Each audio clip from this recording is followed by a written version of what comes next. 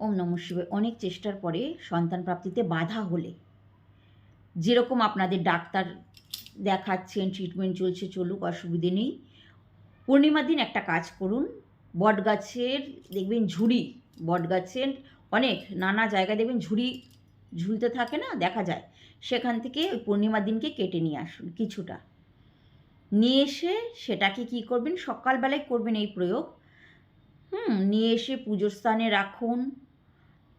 তারপরে সেটাকে পঞ্চোপচারে পুজো করুন, পঞ্চামৃতে শোধন করুন, তারপরে হলুদ ধাগাতে সেটাকে মুড়িয়ে নিন।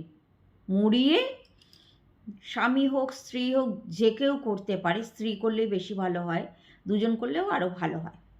গলায়, নিজের গলায় ধারণ করুন। মনে মনে আপনার যে কামনা বলে নিজের গলায় ধারণ করুন। করেই দেখুন। ট্রিটমেন্ট তো চলছে, তার সাথে এই প্রয়োগটা করে দেখুন। নমস্কার।